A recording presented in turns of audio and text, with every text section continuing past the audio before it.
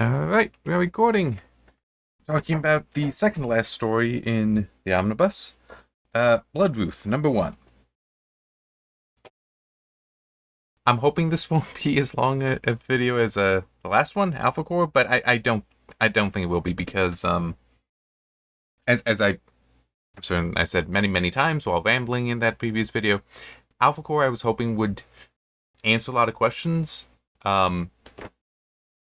Excuse me, but Bloodruth here is, I wasn't really expecting it to answer any questions set up and other things like was expected for Alpha Core. So my expectations, I don't want to say were lower, because that sounds like a negative thing. It's more that I had no expectations set for it, so they weren't even there. But anyway. So yeah, Bloodruth.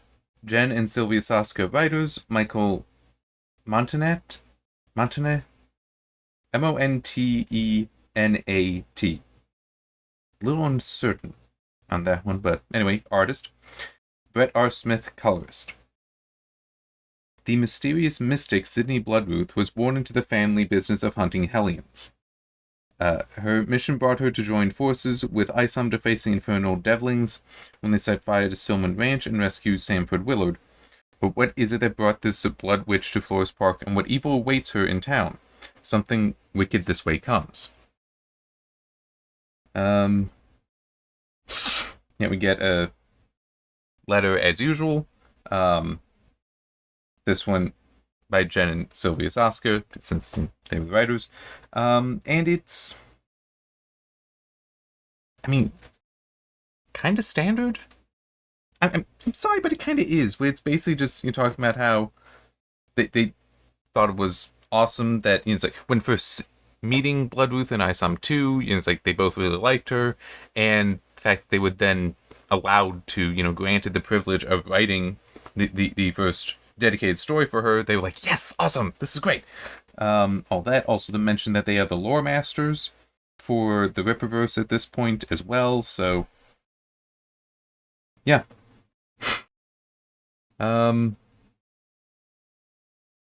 Getting into it, and actually this is technically a little confused, but anyway.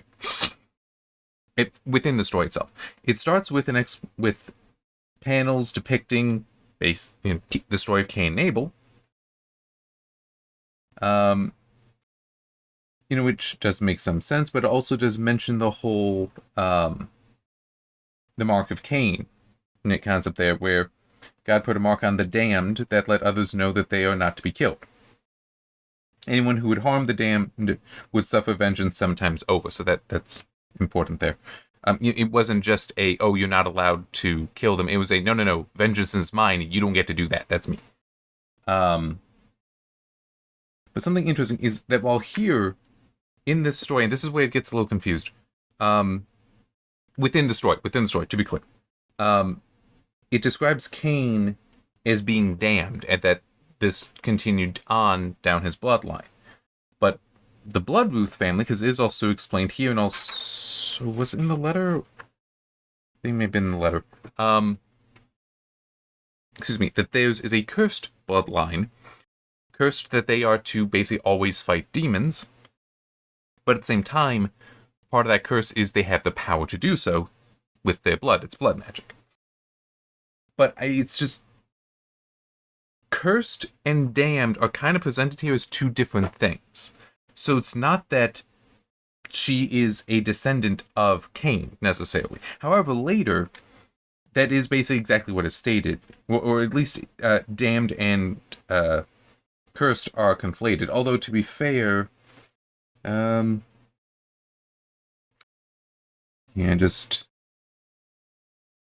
person saying it, or rather the being saying it, is a devil. So it's not like they couldn't be lying, and in fact, to confuse what cursed and damned are couldn't even be intentional there, to manipulate her, to make her think that, oh, well, you are no better than the damned, so just give in. When it's potentially actually quite different. Anyway, yeah, and it's also, I know that my families carry a cursed bloodline. And this is Bloodruth's in monologue. We were made to face the damned, which does indicate right there is a distinction here. So, later on, when she is being referred to as the damned, that does seem to be false. But as I said, it's from a devil who is trying to manipulate her. Him lying makes sense. I actually feel like I should add this into my notes.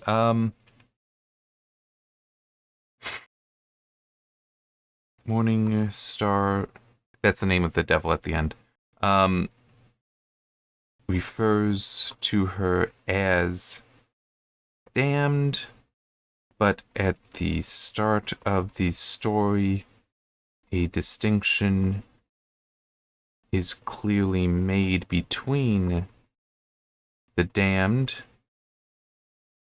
descendants of Cain, and the curse on the Bloodruth line. It seems Morning Star is lying. Well, yeah, confusing the two as part of his manipulation of Sydney. Okay. That is also true. That is also technically wrong here. Anyway, she's fighting a bunch of, well, they're gray-skinned humans, and some of them do seem to have fangs, so it's like she's fighting vampires, but if nothing else, it's like clearly the dead she's fighting, and technically, because we're saying we were made to face the damned, we can't assume they are the damned. Even says our blood attracts the damned as well. So again, that's another distinction between the curse and the damned. Curse and damnation. One thing kind of funny that it just occurred to me is they're fighting in a cemetery at a church. She eventually runs into the church for safe haven, and it's even kind of mentioning it, holy, bingo, holy ground. I'm pretty sure the cemetery is also considered holy ground if it is attached to the church, which it is. Like, we can actually see the fence going over to the church. So that would also have been consecrated. I'm just trying to remember some, because there are, in the past, I'm not sure how much it is an issue now, either because it has been solved or just clarity was achieved. There was a question of who can be buried in consecrated ground, which would be the cemetery at the church, because it would be one classic example is if somebody commits suicide, are they allowed to be buried in such ground? Because suicide is destruction of a gift from God, your own life, and it's like, because it's also the last thing you do, you can't really get repentance for. It gets complicated. Some of it gets complicated there, and I'm pretty sure that there are different schools of thought within the church for it. But in any case, it still is that technically they're already on holy ground. They're just not within the walls of the church. But anyway, she's dealing with all that. But then, somebody says, "Sydney, baby," and this immediately stuns her, shocks her. And we then see another woman here who, it's not hard to guess who this is, but it isn't confirmed until later that this is in fact her mother, who has apparently been,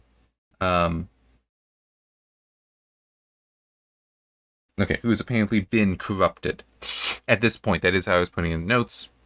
We know what happens later. It's shown what happened to her later on, but it's fairly clear this is Bloodruth's mother, because it's like Bloodruth is black, so is this woman, and there are some visual similarities there between them, and she is also visibly older, so it's like technically it is an assumption that it's her mother and not, say, an aunt or just an older black woman.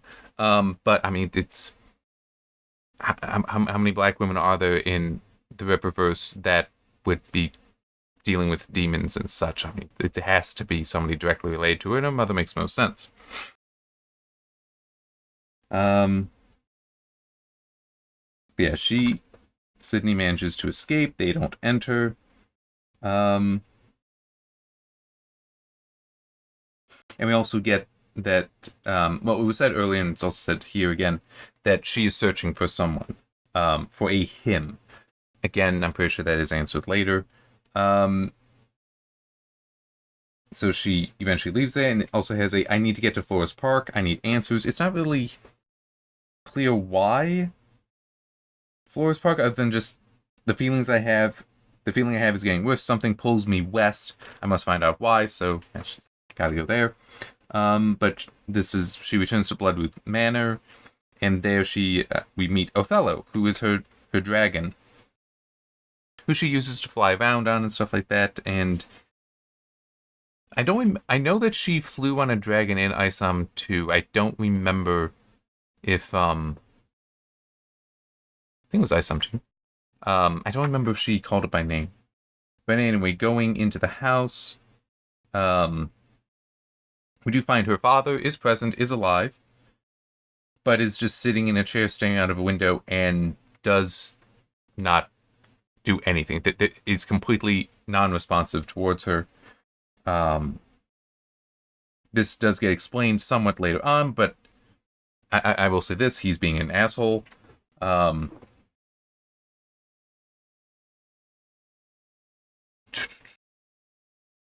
We also get this, the blood of my family runs through my veins, and no one can take that away from me.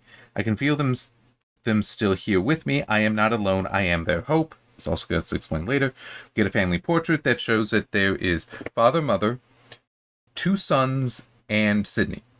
So total of 5. It is a little... It gets a little... Hang on. Yeah, let me look at that. Because there is a moment later on where we get... I think I'm very near it.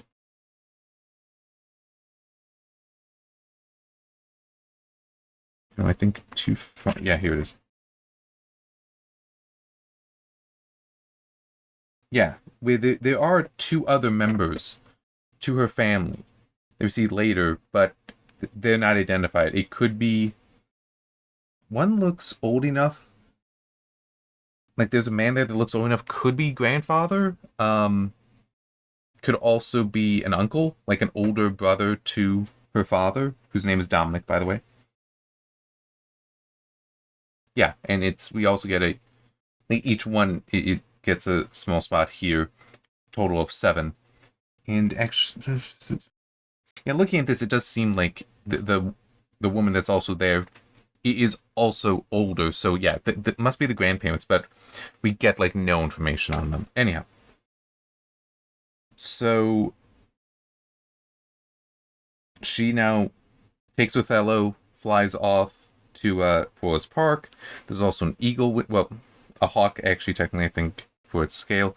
Hawk there, and she's got the 2 shadow wolf things that we also saw in ISOM 2, that are just her familiars.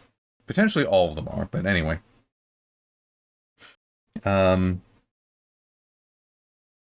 She tells him to wait in this spot of trees, goes off to have an open space to basically just start doing some kind of channeling to figure out where's the evil. And looking over, we see she looks out of Flora's Park, and it's glowing, but, I mean, I guess she's saying, show me where the evil is, and then we see that, and it's glowing, but at the same time, it's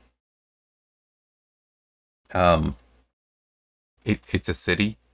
There's such thing as light pollution, so this actually doesn't have to be all that indicative of that's where the evil is. Plus, technically, what we find out later, where she ends up going, there's a hell of a lot more evil there.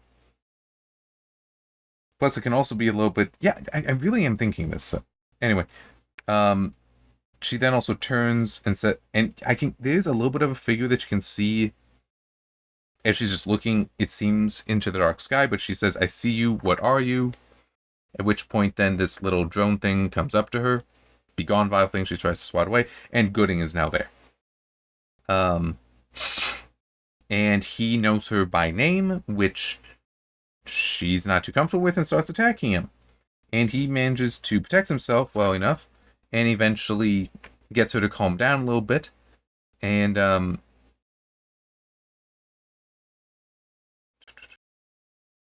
yeah, if you would just take a moment before you keep attacking me, I'm a friend of Dominic's, that's her father. I sent word weeks ago and never heard back. I saw that dragon and assumed he received my message. You're his youngest, right? God, you look so much like your mother. So it's very suggestive there that somehow Gooding knows her family, which makes no sense. I did put that in my notes here.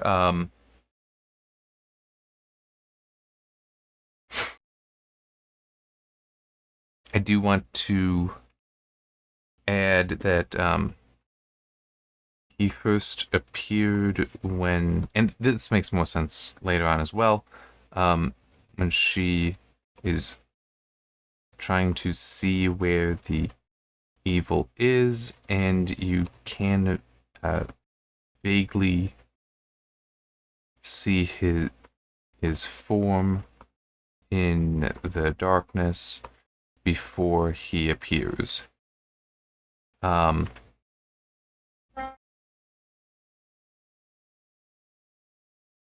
Yeah, and then it's, as we continue with this,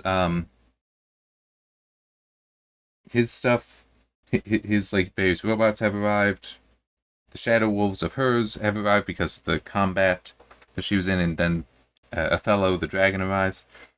And the way this is written, sometimes the grammar in these doesn't seem quite right, or at least it makes it feel like part of the conversation isn't there. So, my father's away on business. Who are you? Technically, she's lying, but anyway, Gooding. We cover a variety of services for those who feel they need extra support in these uncertain times. We've got an otherworldly doozy on our hands. We came here because the screams of the damned begged us to save this land from the evil that approaches. Something very wicked approaches Flores Park, and there's something very bad already here. You can feel it, huh? Yeah, like I said, it's a doozy, indeed. That castle, I will start there. So it was already a point in ISOM 2 that's like, why is there just a random castle in the middle of Texas? We don't get any explanation. I was kind of hoping that it's like she's going to end up putting down roots here because she's got to figure out something, and she just uses the magic to build the castle. No, it's just already there. And technically this causes problems later for some issues later on. We'll get to that. Actually, won't be long. Yeah, and then back to him. Incredible. I would expect no less from the infamous Bloodruths. Before you leave, the ones that hired me would like to have a word about the job. And who might they be? But it's also, I do want to mention, just while he was saying I would expect no less from the infamous Bloodruths, we see Flores Park in the background, and it is just as glowing as we saw when we first saw it. I mean, technically, previously there was like a smearing of multiple colors over top of it, almost like an aurora or just a rainbow kind of effect. We don't see that here, but that doesn't have to mean anything. My point is just, it could just be the light pollution that is making it glow. It's not to say that's where the evil is. Alright, so who is it that hired Gooding, and he is now subcontracting to Bloodruth? Excuse me? Michael and Lillian. Because they just keep being around. And we still don't really know why. What they're doing. But anyway, it explains that, yeah, they bought the castle, but they have discovered that there's an undesirable there, and they want it evicted. And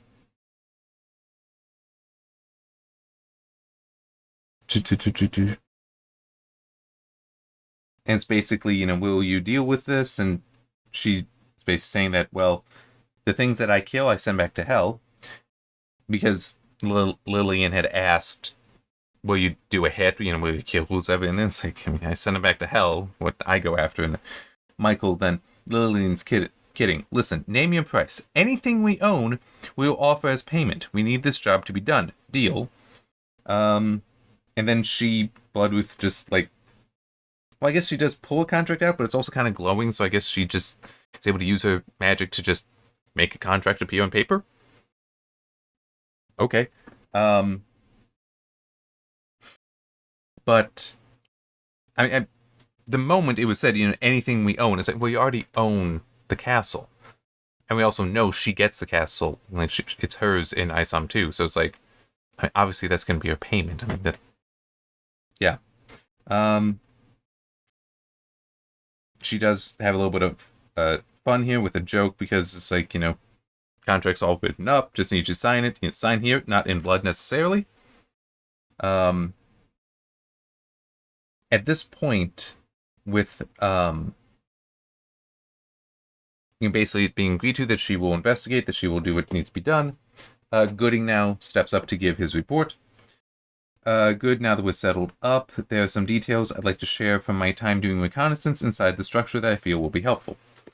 Technology does not work within those walls. The closer that you get to the structure, the more interference you will encounter from your devices. No. More interference you will... Well, like, the more interference you will encounter on your devices. Okay, that is the wrong word. The interference is not coming from his devices, from his technology. It's coming from the castle. It's interfering with the devices. Come on.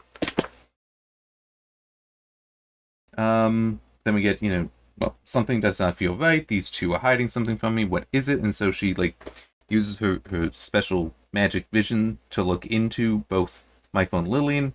Michael first, and what she sees is a lot of men just, fighting each other, most with, like, wrappings over the hands, so basically boxing kind of thing. And also lots of money floating around. When she looks at Lillian, all she sees are two eyes staring back, which is either Lillian is looking at her, or she just can't read Lillian. I'm really uncertain on that one. But also I do want to come back to Gooding in his reporting. The area is suspiciously hot.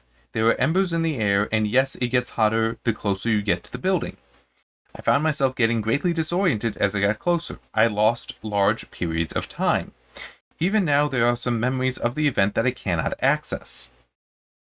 There is never a mention of the temperature or these embers again. Even though they do visit the castle, they're not there. The interference is there, at least Gooding stuff is interfered with, but Bloodruth doesn't really use technology, so she's unimpacted. But it's just, there is a problem there that it's like, yeah, no, the heat never comes up again. It should, like, if this is actually supposed to be an issue, mention it. It should be consistent there, so. This isn't, it is a problem. It is an issue, but it's not as major as some of the other stuff where I talk about consequences. I'm saying there should be a consequence here. But there's also, I just want to stress the whole, I found myself getting greatly disoriented. As I got closer, I lost large periods of time. Yeah. There's some more later on that also does, well, we'll get to it very quickly.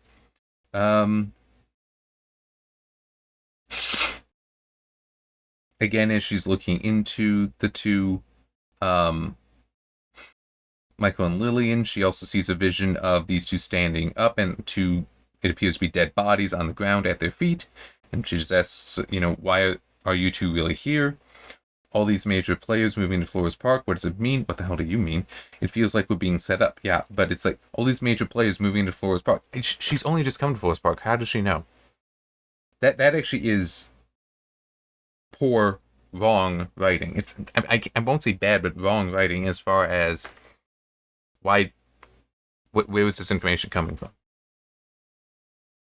Anyway, she then goes to a church in part to prepare because she's going to get some holy water to, help with whatever she has to deal with in the castle.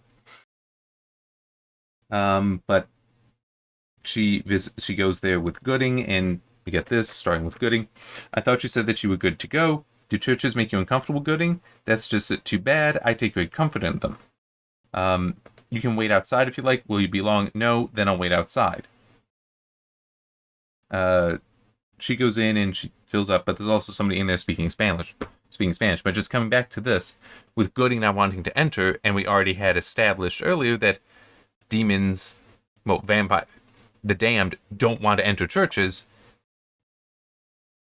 The whole, I hadn't really noticed it before, but show me the evil, and then Gooding appears.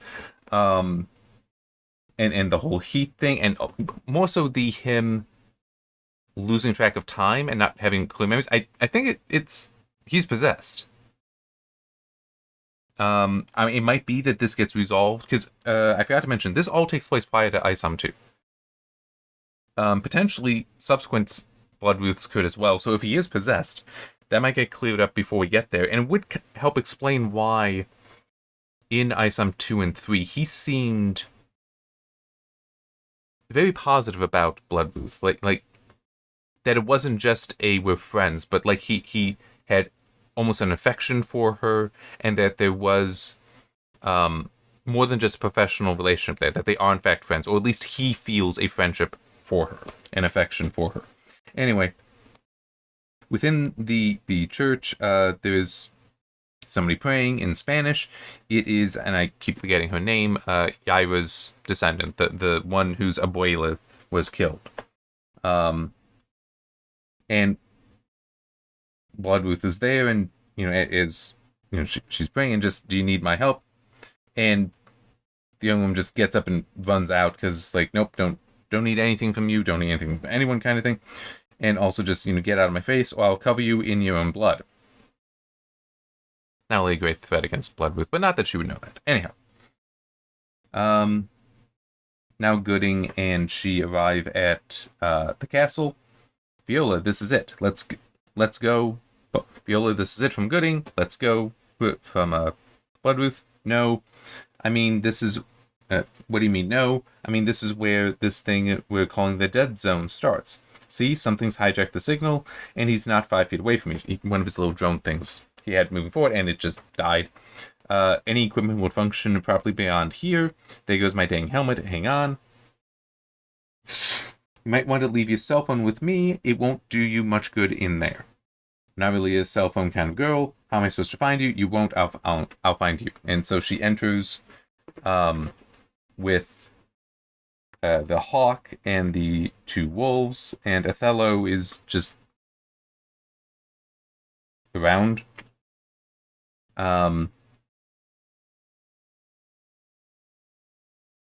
Anyway, there's already the crocodiles in the moat, and something larger, sea creature. I don't remember what that was, but I think we did see it. Upon entering, she notices the music, Mephisto's waltz. Well, it's Liszt Mephisto waltz number 1. It's the Devil's Waltz, and as she goes in, and she also is noticing like the smell of blood and decay, finds a greater demon, which I actually do have a problem with this. I might not remember and put it in the written review, but she ends up encountering 3 greater demons, each one more powerful than the previous. But it's like, then why are they all greater demons? What is a regular demon?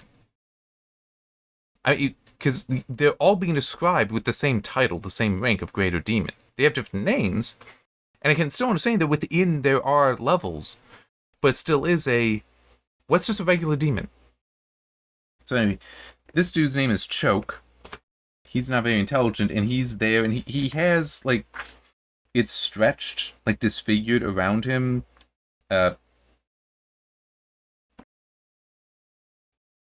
Dinner clothes. There we go. That's what I was looking for. And there's a whole bunch of dead bodies also. What is later revealed is that he was summoned by the owner of the castle, the master of the castle, and it was during a dinner party. And basically, Choke went on to kill everyone. And now what he is, well, might not have only been him, but now he is just dancing with the corpses until they fall apart. Like, we actually see him rip accidentally the arms off of the body of a woman that he was dancing with. We then get a flashback to the Bloodruths at church. This is where, as mentioned earlier, seeing 2 more who seems could be the grandparents. It's like, this is where we see them, but it's still kind of unclear. But we do get, some gospel reading, or a gospel reading here. And it's to help set up not only Bloodruth's background, Sydney's background and knowledge here, but also like how she can potentially try to deal with this demon. So ultimately has to fight, and helping Sydney is she can, by placing a hand onto the corpses, with that is able to gain knowledge about what was going on, specifically that the Master Therion has certainly outdone himself this time. Oh, this is nothing. Wait until the real debauchery starts. Is it true that he summons demon? Darling, why do you think we're all here? Looks like they must have been successful this time, and this one Choke breaks into the room. And proceeds to start terrorizing and killing people. So now that she has that knowledge, she's going to start fighting him in earnest, summoning the 2 wolves that help. But it's also, she does something else that I'm sorry. It's one of these things that it's like, especially with some other stuff that, it's like some of the other stuff where I would just, if I were an editor for this, I'd be like, why are we doing this? Like, I need you to explain to me why we have Bloodruth just magicking onto her, and it's literally just, boom, it's there, armor. And like full on with like even a mask, okay? Though her hair does come out, which doesn't make it all that great a mask. But it does have, a presumably glass visor there, but it's like, what? I mean, yeah, it's not even like her clothing just changes into it. It just, boom, there. It's like she's just standing there and red wisps coming out of her fingers, and then boom, it's on. And it's like, why? And especially because it looks like something I would almost expect. And I did look back at what Gooding's armor was back in his story. It looks kind of like that. Although red, not gold, but it's, if you see that there. But she has it on. Choke just attacks her anyway. The wolves are attacking him. He grabs at her neck, appropriate, and starts crushing it. So it's not even all that effective. The next we see, she kicks off of his body to get free. When the moment she's on the ground, though, she's out of the armor. So it's already off. It's lasted a little more than a page. What was the point? Truly, there seems to have been no point aside from, oh, well, we get to put her in some cool armor. It's like, that's nice. Either make it important, make it significant and integral to what's going on, or get rid of it. It just... That is my thinking on actually a lot of stuff. Sorry, I saw there was an email that I wanted to clear. But yeah, it's like, it's just so, and then there's armor, and then there's not. And it's like, there's no context to it either. It's not like, oh, this is some special magical armor or anything, because it's like, can't be that special if Choke is already just, cracking it, just, and it's gone. It's like, come on. Well, not that it's gone, but it's already it's that easily damaged. It's like, what point does it have? And one thing that I put in my notes is that, it's also not very magical. It's like, okay, got put on magically, but if Iron Man put on his armor through magic, that doesn't make the armor magical. He's still in his regular armor. What I put in my notes is, I've not played it. I am aware of it though. But Bayonetta. And how many of those games have they done? I don't remember, but I do remember that a premise of it, I'm aware that a premise of it is her clothing, technically her weapons to a degree as well, but her clothing is actually her hair. Because part of Bayonetta's magic is using her hair. But it's like, okay, that's clearly magic. She's magicking her hair to be her clothing and also to be a weapon at times. That is magic. I got that. That makes sense. It's also trying a bit more edgy, a bit more sexy than we're getting out of Bloodruth here, but it's like, I get that. This just feels like, and now I have armor on, and now it's gone. Why? Anyway, she reanimates the various corpses to then go and start attacking Choke. And it's like, that's not all. I made them a whole lot stronger too. To be honest, I don't really see the point to that. Other than just, they're squeezing him, but I mean, so what? And she throws the vial of holy water into Choke's mouth, which he swallows in and explodes. But one thing that technically is an assumption, the rules to her powers have not yet been really explained, but it seems to just be whenever she performs magic, she is using her blood. It's like, so because of reanimating all those corpses, she used a lot of it, so she's very weakened, very exhausted. It's like, okay, I can understand that makes some sense.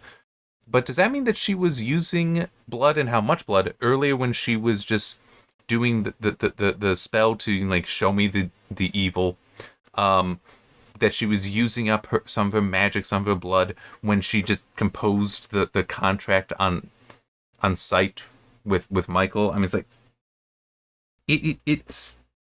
it's one of those things where because blood, yes, your body's continually making it, but you also need the resources for it. I mean, it seems very odd how this is being handled here, that, yes, she's weak now, but she can just keep going and she'll be fine. It's like she'll just recover naturally without, like, getting a drink of water, which actually I feel the need for, or anything like that to recover. And it's also funny, because earlier we did see her, this was, like, back when she was at the manor. Yeah, she actually just had a case of items, tools, that include, like, the vial of holy water, but there's also at least one picture. I see a couple crucifixes, other vials, various, like, hand tools, at least one stake. So, it's like, prepare for different things. She doesn't have that with her.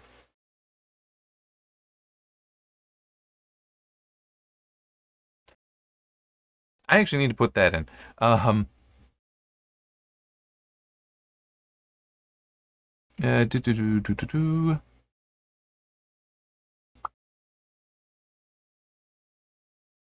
Okay.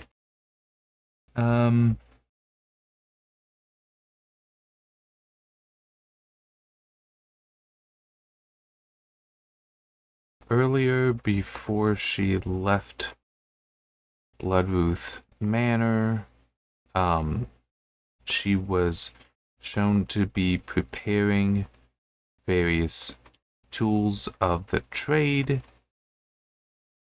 but when she arrives at the castle, the only one she appears to have is the vial of holy water. What was the point of the bag then? I mean, because it is just one of those things where I try to pay attention to this when I set things up in a story. When I have something happen, I make sure that I set it up. So, like, the material needs to be there. The resources need to be available. Or I need to give a damn good explanation for it. And, by the way, one very good example I'm sure many people will be aware of is Die Hard.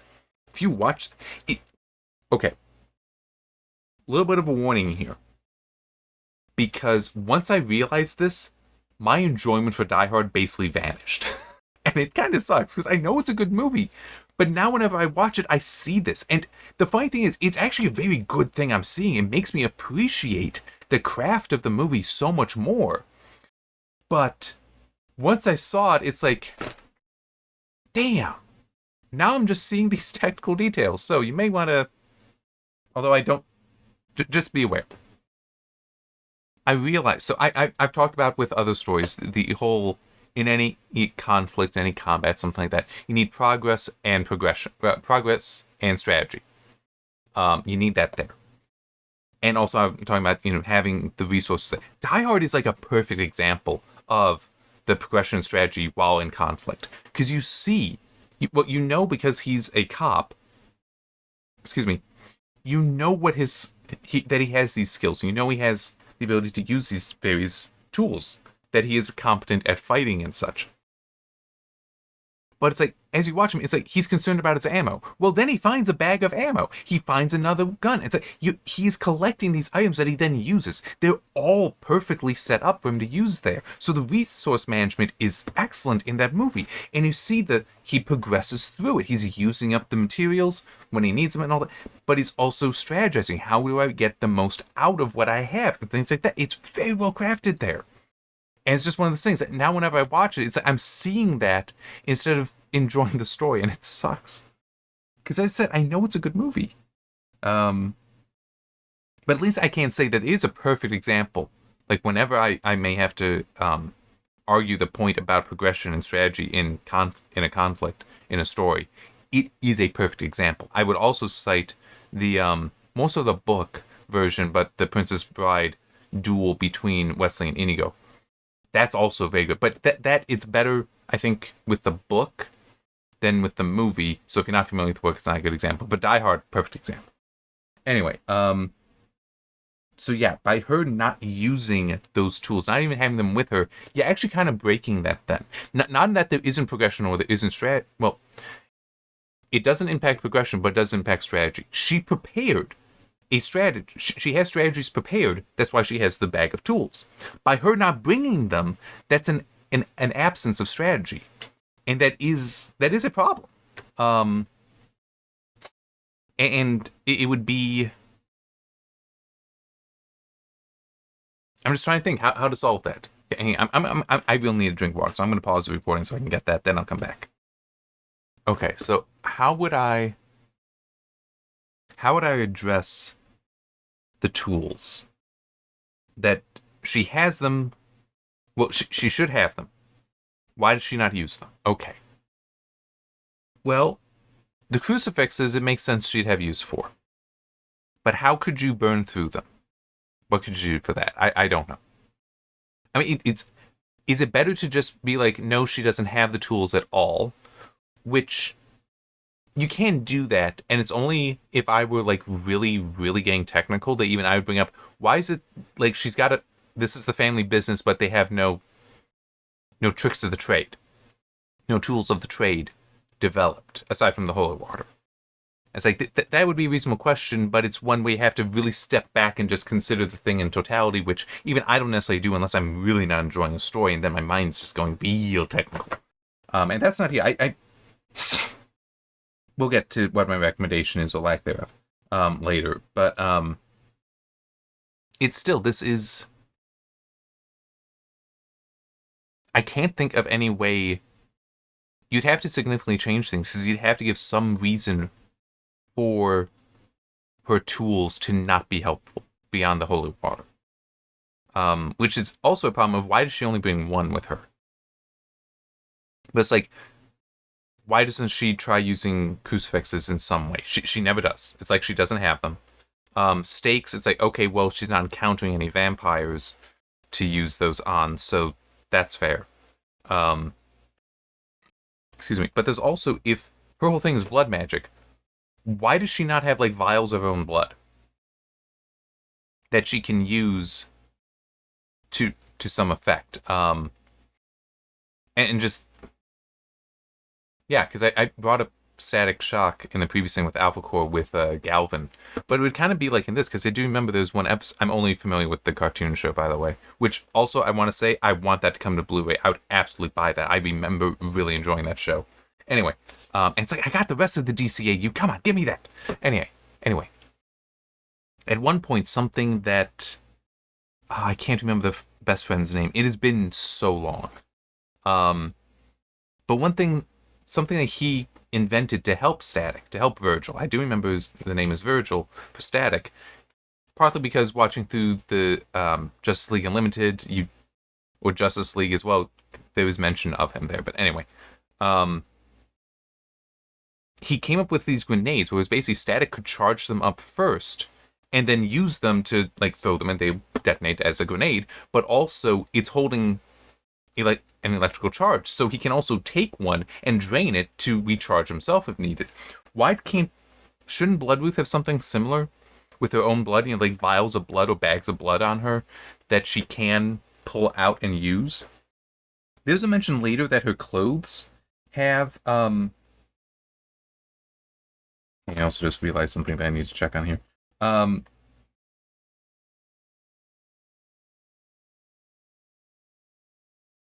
Okay, I do have an issue with that. I'll have to add that in. It is mentioned later that her clothes are covered in her own blood, but that could also just be because she's been fighting and bleeding. Like, that can be the explanation there. Or maybe it is that her clothing is embedded with her own blood, so she can use it. Although she never really seems to. Unless maybe that's supposed to explain the armor, except it's still... The armor isn't explained, it's just there and then gone.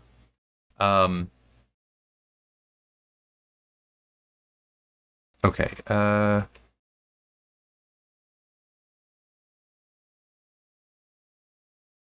Okay.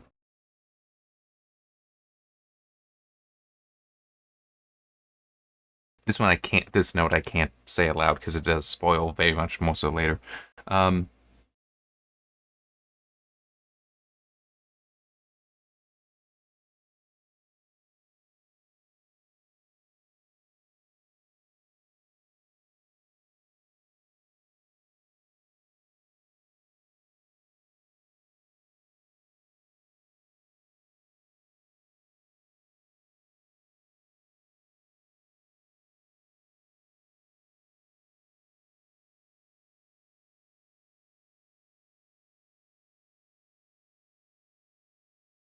Okay. But yeah, so it's the absence of tools of her trade and reasonable tools of her trade, like going around with blood, or even just something like don't they get when you donate blood? Don't they give you like orange juice or something to help you? It's like to help you recover. It's like even something like that. And I get it would be kind of silly her going around with like Capri Suns or something on her, and so, although that would also be funny having like a few panels where she'd just be choke, then she pulls it out and it's just damn, missed, damn, missed, damn, missed. Okay, there we go. I was saying that actually would be kind of funny, at least to a certain generation. To at least one generation when Capri Suns were more popular, and just the whole struggling to stab the straw in there. You could do that, and there would be people that would get that joke and would laugh. But you could do that, and it's like, this makes sense. It would make sense because it would help her recover, which would be very important for her. But no. So with Choke gone, she's not walking around. It has the two wolves here helping. A moth comes and lands, or at least approaches her shoulder. The hawk, comes over and starts attacking, and she tells it to stop. Leave it alone. Don't I feed you enough? You don't know if it's poisonous. But then she proceeds to just start exploring the castle to figure out what the hell is there here that Michael and Lillian are interested in. I was like, yeah, sure, Choke is gone. I evicted the undesirable, but why do they want this place? What's up with this? She finds a very large hall filled with even more dead bodies that all killed because of the summoning of the demons. As she continues, she finds a doorway. What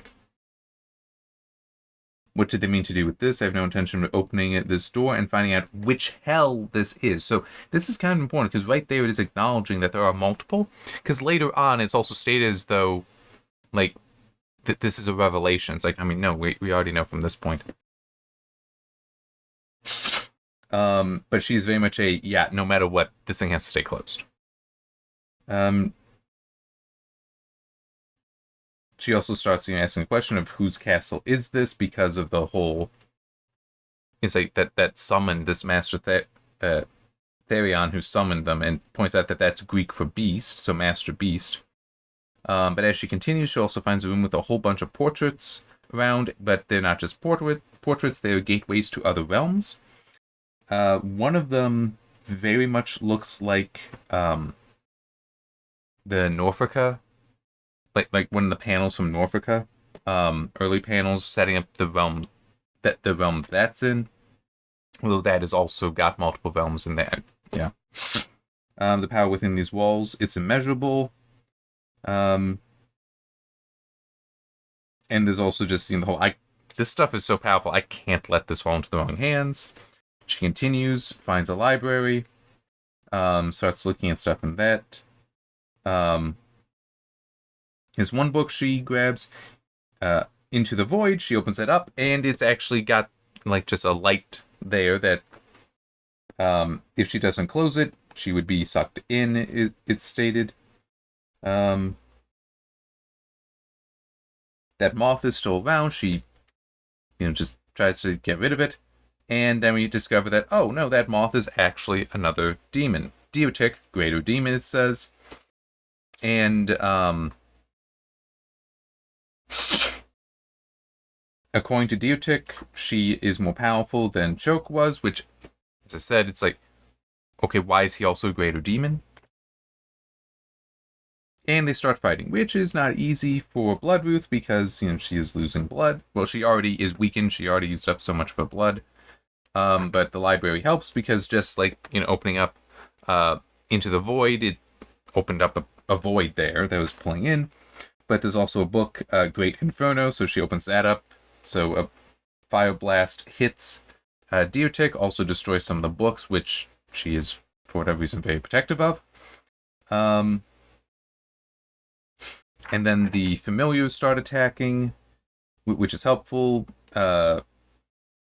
Sydney pushes Bookshelf onto her, seemingly defeats her. Not really. She then changes into a rather hideous insectoid beast, which continues to try to attack her in that form. So it's like, oh, so this is your form. This is your real form. And then, despite how little blood she had, she still managed to get a sigil on the ground that is to capture it, to hold the demon. But you fool, you think this simple spell can hold the likes of me. But it's like, it doesn't really matter because she has grabbed the Into the Void book, and so the demon gets sucked into that, closes it. Fine, but now she's even weaker. So tired that took all I had left. Just going to rest my eyes a minute. But then she starts having visions, hallucinations, dreams, however you want to interpret it. You lost too much blood to go to sleep. If you close those eyes, you won't be opening them. Abel, she says, and it's... So now she has a vision where she's in a boat she's resting her back on somebody else, Abel, one of her brothers. But when she, turns to grab hold of him, and it's also asking him, what is going on? What is up with Forest Park? He starts being consumed in fire, dives into the water. She dives into the water with him. He's just bones, but now there's a whole bunch of dead people in the water that are chasing after her, trying to drag her down.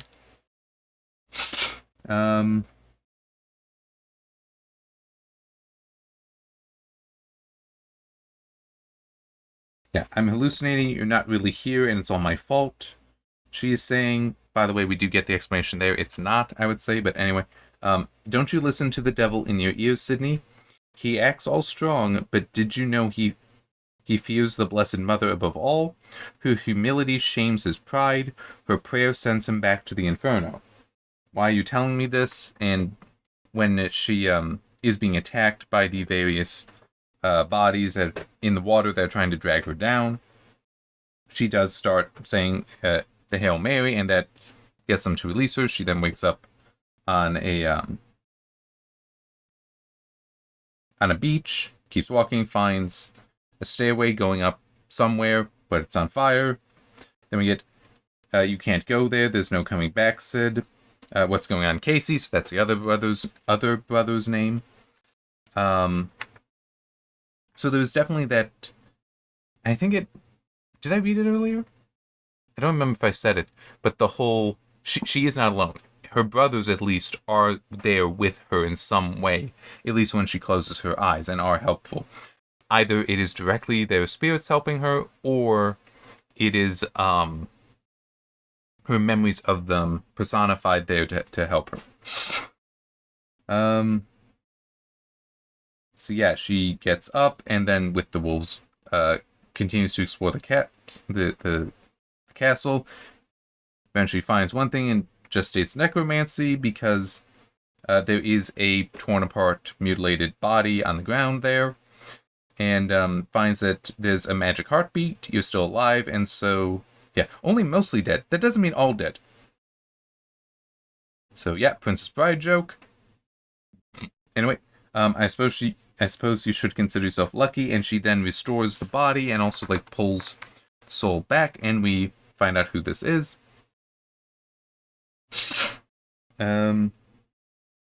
Edward Alexander Crawley, you have my thanks, and he is Master Therion. He's the original owner of the castle. Which I guess at this point, one issue that had occurred to me, and is in my notes, but I forgot to mention earlier. She should have known when going in about the dinner party and the massacre there. She should have known, because Gooding, doing any research, would have found that out. Because it's a castle in the middle of Texas. That gets into newspapers. Somebody inviting a whole bunch of people that then never leave gets into newspapers. Okay? And newspapers are an old thing. Even though they were dressed, and even he is still dressed like, what you may expect more so in the 19th century, it's still, there'd be newspapers if dozens upon dozens of people just went to a party and never came back. Okay? There would be a paper trail of events for this castle. But, nope, not getting that. But anyway, he's up and about now. Yeah, you have my thanks, he said to her, and you have my scorn. You could have destroyed the world. You kill people. If I had to kill 3 greater demons and a devil, I'd be pretty pissy myself. What did you say? Because it's like, wait, what? How many? I killed only 2. What? But it is also just the Edward Alexander Crawley.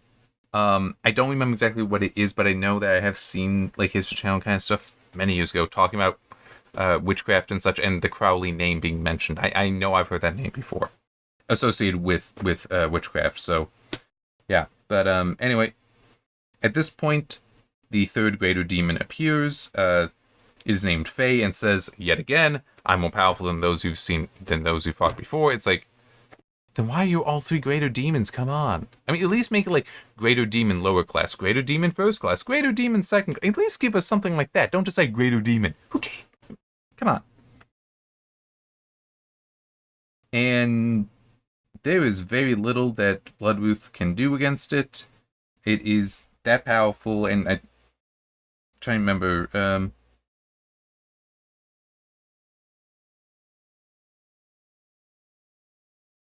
I'm trying to remember if there was a mention about, like, she isn't sure she'd be able to even stand up against. Maybe it's a little later when we get to the devil, but that basically, yeah, would have it would be difficult for Sydney to deal with them at full strength, and she's not currently. Crowley continues to be mutilated because he's like, unhand me, and then it's like, well, removes his hands, and then to shut him up, sews his mouth shut. But anyway, as we continue, the Fae is serving the devil that is also in the castle, and it's like, now to prepare you to meet the master, your power is in your blood. Your clothes are soaked in it, can't have any nasty tricks for the master. And so this greater demon, this Fae, named Fae, removes her clothing, but then puts her in like a slip kind of thing. Well, I guess not really a slip. I'm not sure what it would technically be, but just like a dress. Very basic. I mean, it's I'm just trying to think of any good specific examples in television or film where you would see, like, it looks like what you'd expect a woman in like the 19th century, that this is what she'd wear to bed. So like in the film, you might see her going around the house, and that maybe with also a robe over top, because it wouldn't be completely appropriate to go around in just that. But it's like, yeah, that's basically what she's wearing here, because it's not covered in her blood. So hey, you depowering you. And technically there'd also be that element of, by stripping her and putting this this dress on her, which, where the hell that comes from, I got no idea. But it's like, doing that is also a way to, attack her emotionally, because it is kind of shameful to do that. And then, brings the both of them down to the devil, which there actually is. Yeah, I should be grateful that this thing keeps referring to itself as a devil and not the devil. But it still is. Upon finding it, it's like, oh shit, because it is the devil's name is Morningstar. It has in one hand an apple. I also just noticed that on its wings are a bunch of eyes. So it's like this thing is definitely a creepy thing. But the apple there is very important for later on, because Sydney is just put down in front of him, and then get this. Your fear pleases me. I want to devour it. I am Morningstar, the eater of worlds. Can you guess why I'm here? I'm going to eat this world, beginning with you, sweet Sydney Bloodruth, so delicious, a decadent treat. I cannot wait until your power is inside me.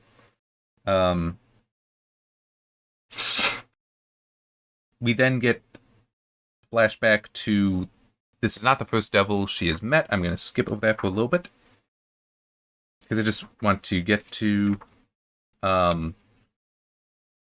they are now standing in front of the gateway, and it's, okay, now Sydney is understanding what's going on here. This devil is trying to tempt her to, is specifically trying to tempt her to willingly choose to be its bride, its queen, and it's like, open up the gateway that is to his hell, where he is king, she would be the queen of that hell, and yeah, all kinds of messed up, disturbing stuff from that. I'll come back to it, but I want to get to this flashback first, which explains that it describes when they had, when she had encountered a devil previously. And this was her two brothers, and her parents all at a church that has a coffin there that is chained shut, and they seemed in good mood, and even have here, that's the day it stopped being fun. So the suggestion here being that they knew of this devil in that casket and wanted to permanently destroy it. Currently it's just trapped there, and they figured, hey, we can handle this. They could not. Because presumably they opened it up, and immediately things go wrong.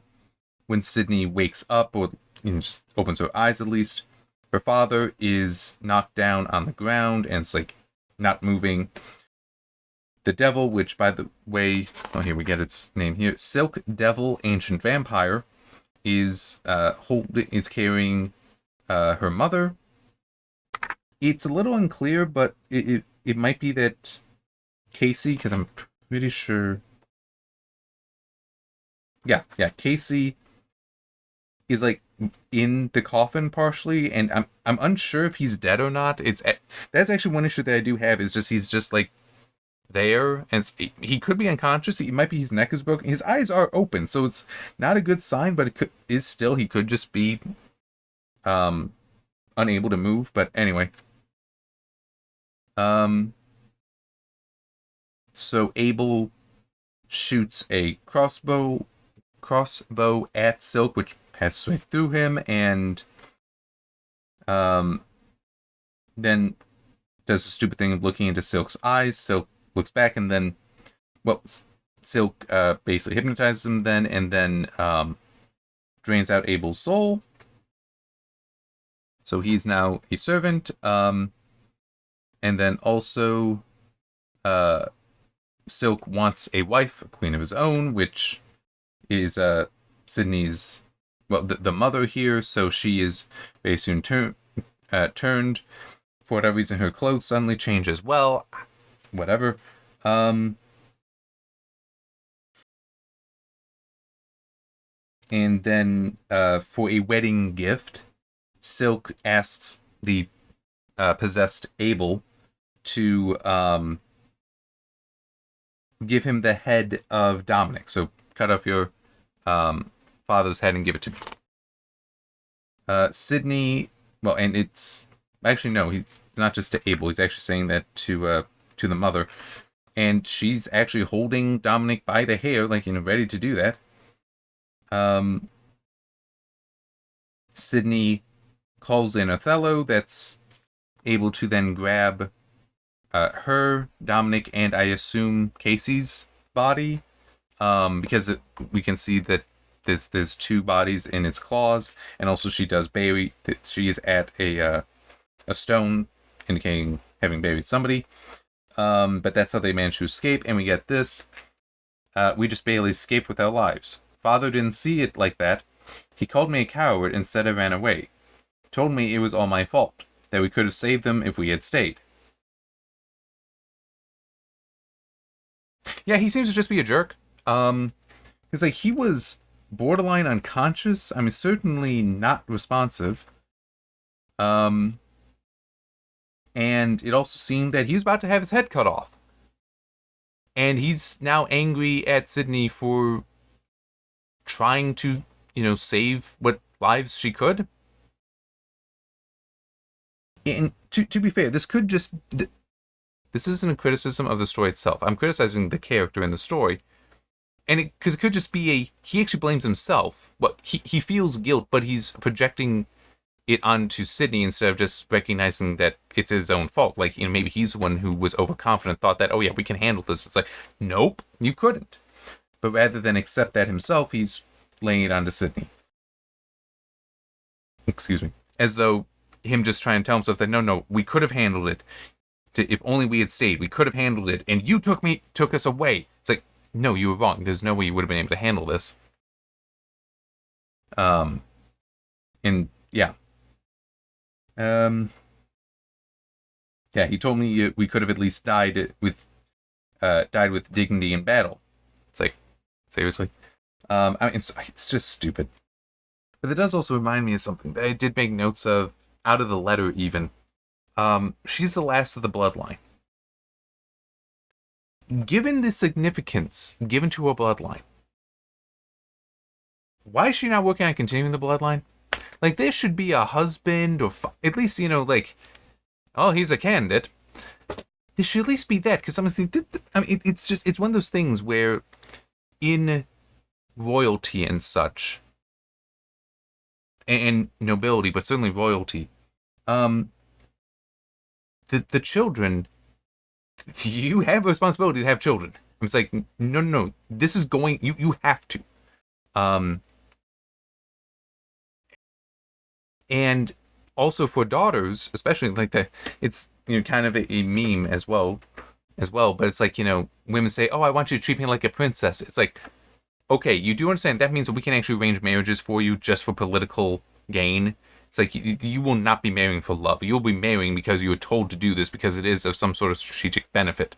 It's like, wait, what? Yeah, that's what it is to be a princess. Because that is part of your responsibility, part of your duty. Because you need to produce children, and it's also, you need to benefit your realm. And that might be hey, you're marrying some dude that you've never met before.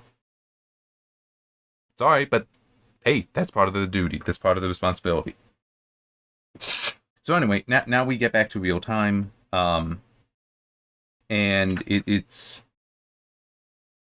this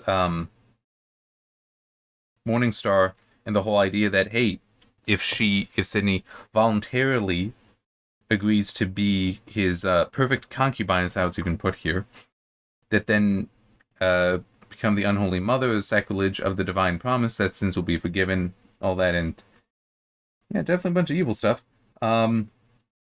And basically breeding an army of demons, then being their queen, but also being the mother to the Antichrist and all that, and yeah, just a whole bunch of bad stuff. It is also a little odd how it's presented. Okay,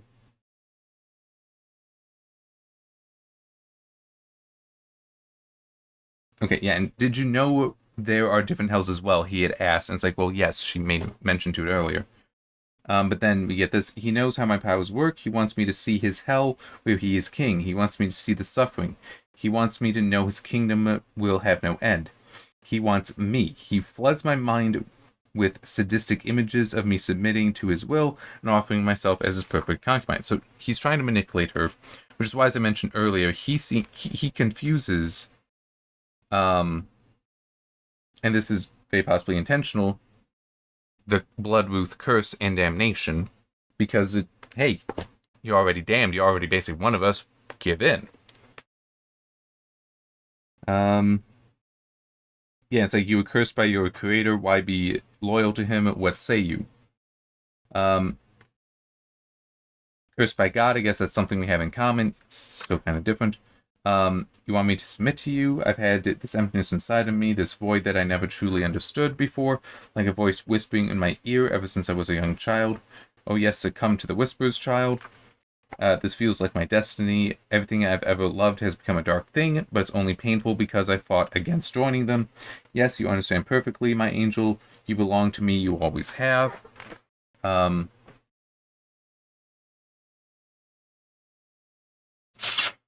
But she is manipulating him as well. Helps that Crawley is there. Remember, his hands were cut off. He's been bleeding. So she actually went over and like picked up some of his blood and dropped it over herself. And so Morningstar thinks, "Hey, I got this. I got the wife here. Cool.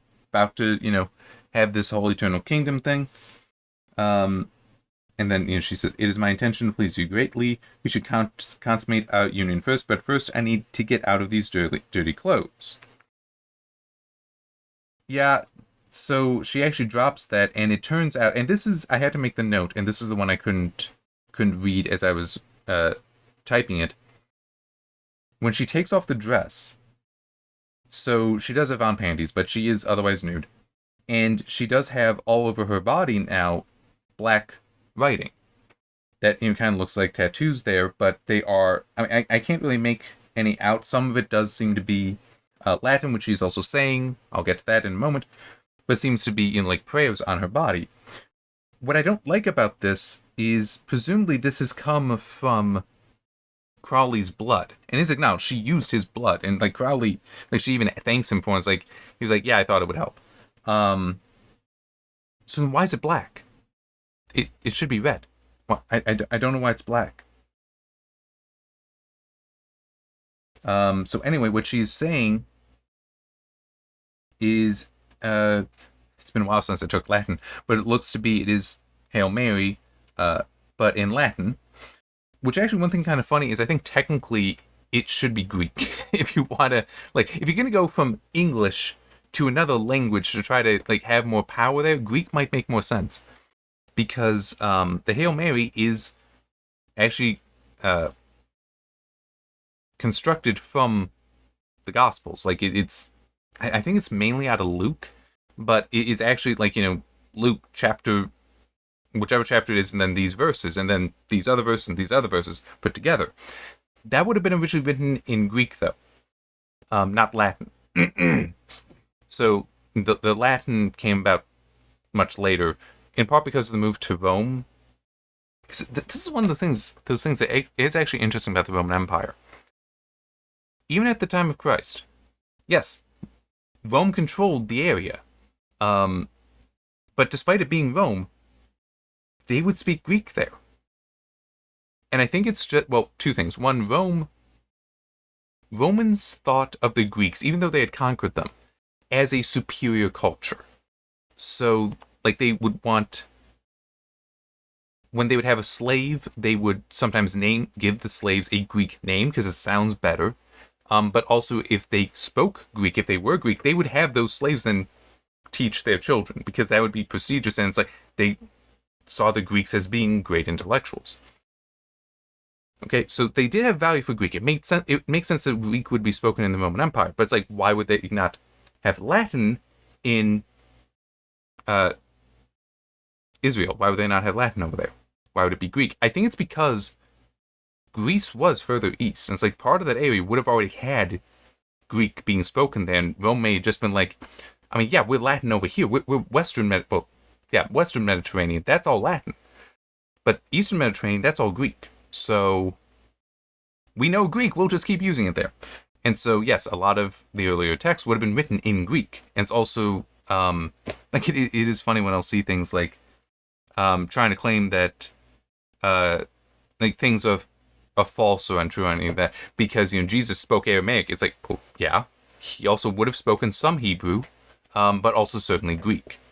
Because there's also points made, like in the Gospels, that there are certain times when he's speaking and what he's referencing I can never pronounce it correctly, like the Septuagint.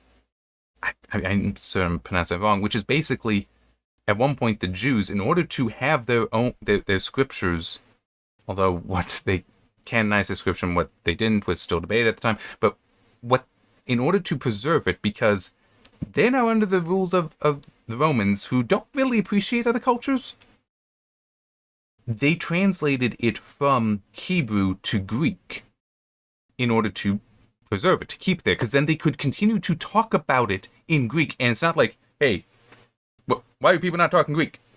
I don't know the language you're talking about. That's a problem. So it avoided that. So he also would have known Greek.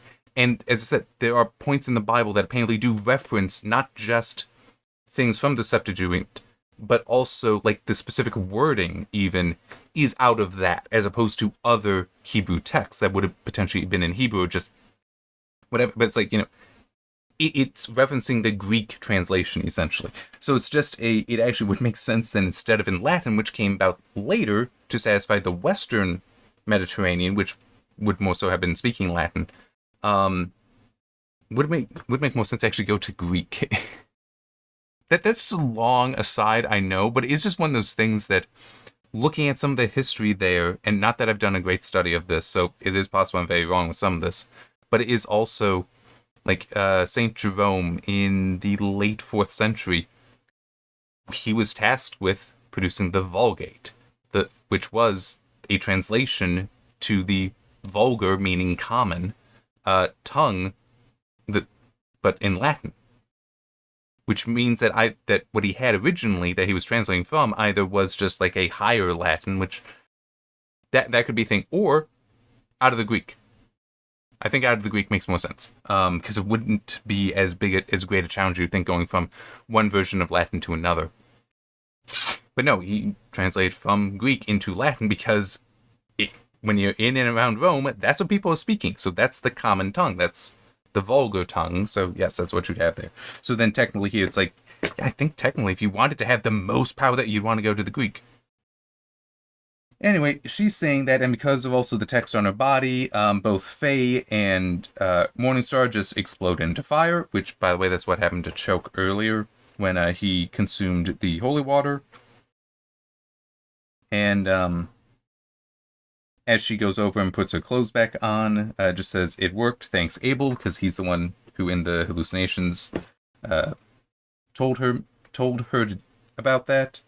I mean, also doesn't help that Morningstar was even saying that, yes, listen to those whispers. The devil in your ear, so yeah. She again restores Crowley, and she is still weakened, but hey, they're okay now, because it seems like everyone else has been killed, although not him.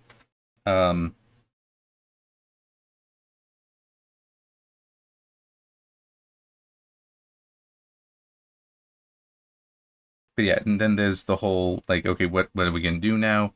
And she just mentions the whole, I came here to evict one undesirable and it ended up with 3 greater demons and 1 devil, not hanging around to find out if there's more. Oh, don't be ridiculous. The undesirable was me. You? Of course it was.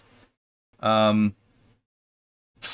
so she tries to leave and also potentially evict him, but by just having him leave, but he can't. There's something keeping her there. She then kicks in the door to Michael and Lily. We next see her kicking the door to Michael and Lillian's place. Gooding is there, and it seems...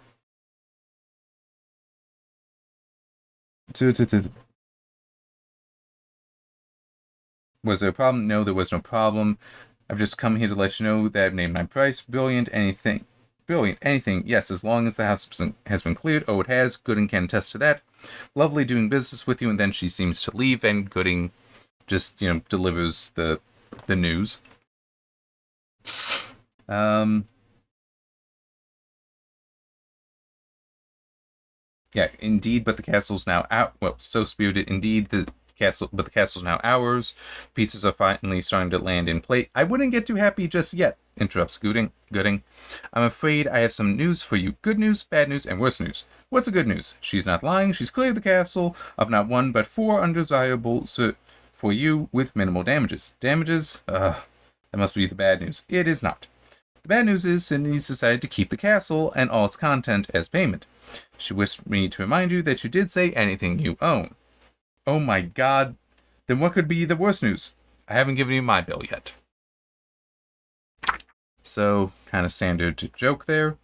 But then he apparently leaves. Michael and Lillian are talking. Lillian is exceedingly pissed. And by the way, I do want to mention, Michael is back to like that impression that I had gotten before, that we did not have an alpha core, where it seems like he and Lillian are much more intellectual equals and intellectually attracted to each other, and because they have goals that interest each other, either because it's also their goals or just, yes, that is an interesting goal, I'll help you kind of thing.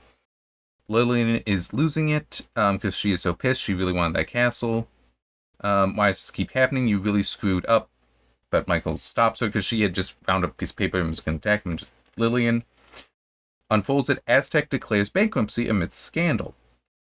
And this is when he then suggests that, hey, we should just start, the stuff we're doing, we should start doing that in the open. I am noticing that this is not proving to be a short video. Whatever is what it is. But Aztec, back in that Catch and Kill short story, that was that the pharmaceutical company there. So this is, they bought it, so now they can start doing their experiments, and it's just at a pharmaceutical company, which would do some experiments, not those experiments. But yeah, so it's like, we'll just start doing stuff in the open, because then we can get away with it.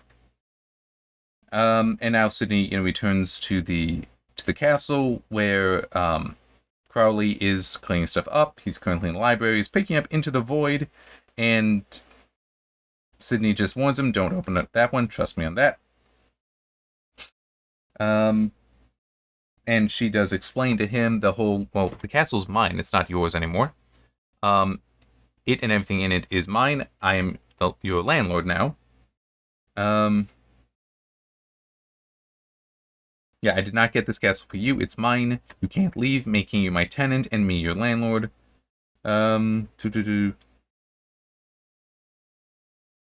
Yeah, and she then also starts laying down some rules, like, no summons. No summoning, I should say. Things like that, which is rather reasonable. Okay. And, various other things, including no more dinner parties and all that. So, yeah, just, like, you're not breaking this stuff.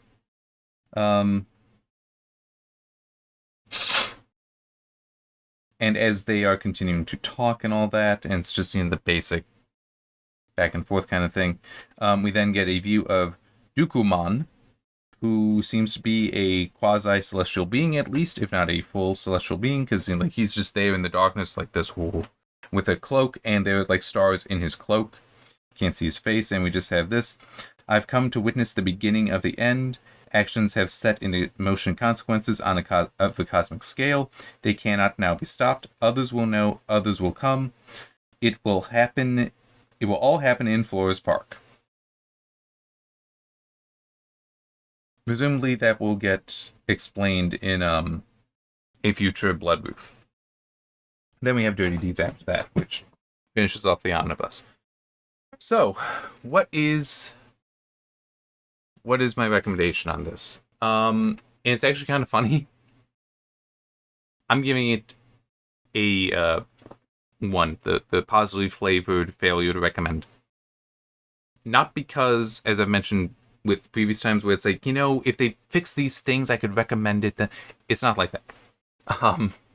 This is here for a different reason, and that is, I never really felt a connection. I cannot say I really enjoyed it. Are there technical issues that if they fixed would be better? Yes, but nothing on the level like I gave Alpha Core 1, right? Yeah. At least on its own, I would give it a 1. With the larger context of the omnibus, it's a -2. But that was I was having connections with that. I was finding some enjoyment, but there's also so many technical issues that are really robbing me of truly enjoying it. That's why that got it. This is I didn't enjoy it. But I do have to recognize that it is still pretty good. But it does have issues in it. the issues aren't what are robbing. It's more of a, yes, I do think there are ways you could have it be better. You could refine it, but I didn't feel a connection to her. And I think part of it is also, some of it's kind of generic. I'm sorry, but the whole, like, how her father is treating her motivations, such as like, yeah, okay, you got anything novel going on here? Anything really special there? Because it's not unfamiliar. And it's not to say it's being told badly, but it's just, it's a bit more obvious than some, that it's like, I mean, obviously there's more than one demon in there. It's like, I mean, for one thing, there's so much more to it, but it's like Choke doesn't really seem that grave a threat. I mean, he is a threat, but it's like, and he is powerful, but it's not like he's doing any world-altering kind of stuff there. Whereas, even Deertick seemed a bit more aggressive, a bit more threatening. And Faye was just like, so, I mean, true, Bloodruth was weakest then, but it's like Faye was just like, this is just what's happening because it's what I'm going to do, kind of thing. And then Morningstar was even beyond that, because we never really saw him do anything, but it was still Faye answered to him. And he just spoke with authority. So, yeah, I mean, it's like, it's not that hard to see that Choke wasn't really the threat. Wasn't really the ultimate undesirable there. So, yeah, I mean, it's... And the whole how he got that, how they all got that, I mean, yeah. It just,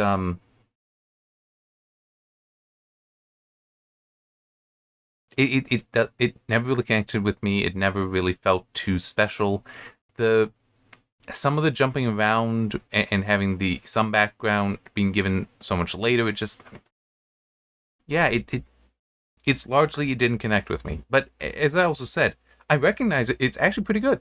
I do recognize that. It just never connected with me, so I don't have the enjoyment to be able to recommend it. I'm just trying to think, what would it take for me to potentially have that enjoyment?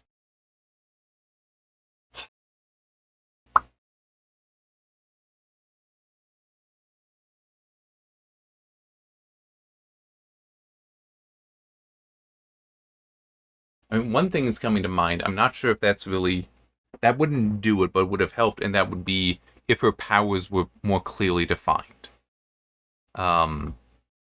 Because as they are right now, it's like, yeah, she uses Blood Witch, uses blood, okay, so what? I mean, it seems unclear just how much she has. I mean, it's part of the reason why, if she actually had that tool bag, it could have helped. You would have had to rewrite things so that she is making use of the tool bag. But at least then it is helping to show that, yes, there are things she doesn't want to do because she only has so much blood she can use and needs to recover. It helps you show the seriousness of that, which I can think of a different way to put it. Well, it's part of the whole yeah, it's very much part of progression in any conflict. In that she progressed. It's like she went up to here to beat Choke. That drained her, though. So now, in order for her to continue to progress, she has to adapt. So it's also the strategy. She's having to adapt her strategy because she's weakened. And she does do that, yes, but she's doing it with things around her. She takes advantage of the books. She takes advantage of the Crawley's blood. She takes advantage of Morningstar's overconfidence. It's like, that's all there. It's like, okay, that's good. But you set up that she should also have these items that she should also be taking advantage of, and you're not doing that. And that would help, because now she's aware of her own limitations then, and is strategizing around that. That would help. That would actually help me connect with her, because now it's not just she walks into situations and just figures she'll get through it. It's like, no, she walks in knowing she might not, so she prepares for it first. I mean, I guess to reference something else, it's like The Witcher.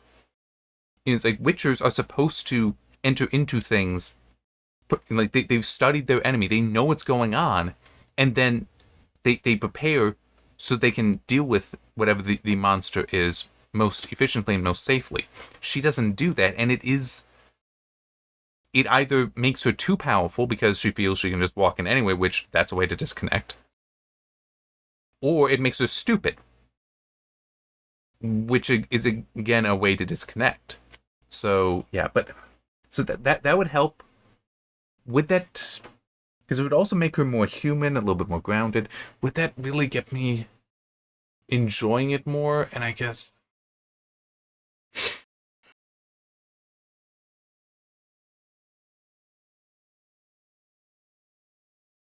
no, I really I can't. Which also isn't that weird because it is. If you can start picking out the thing that you will be like, oh yes, if you did this, I'd enjoy it. You're also kind of losing the point. Then it's like you shouldn't have a checklist to what you do and do not enjoy. But I will say this, as I said, it does seem well written, it does seem good. I just didn't feel the connection. But I will acknowledge I could see it being a Bloodruth 2. Hopefully it doesn't go like Yaira 2 where it ends incomplete and you need Yaira 3 to finish off that story. For what it's worth, ISOM 2 does actually feel more like, no, that actually ended appropriately. Because even though... I mean, let me just... Yeah, even though that does end with Isom still fighting, it's still we have reason to believe Isom is powerful enough that he can do this, that he can survive the fight. Sam has been saved because Bloodruth has gotten him out. But then we get the big demon guy. I've underestimated this human. Our presence is no longer necessary. All has been confirmed. He must be eliminated. But still, it feels like the conclusion to this story. Because, like, I mean, Isom is handling himself. He's going to be... It's reasonable to be like, yeah, he'll escape. The next story is what this big-ass demon guy is talking about. That's... Okay, that's what Isom 3 is going to be about. So it's like, okay, story's ended. This story's ended more or less well enough. We can move on. But Yaira 2 did not end like that. Hopefully Bloodruth 2, they don't do that. And give us a complete story with the Bloodruth 2, and then Bloodruth 3, again, a complete story, but still building. Hopefully that would be the case. And I could see a Bloodruth 2 potentially liking that. And feeling that, because it's like, I see the potential. It just didn't succeed in connecting with me. So, alright, I hope Dirty Deeds is going to be shorter for me to talk about. I mean, there is a lot going on here, but yeah, so it's, yeah.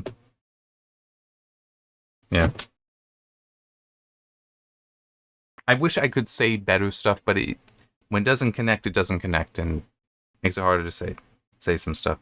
At least think of it this way.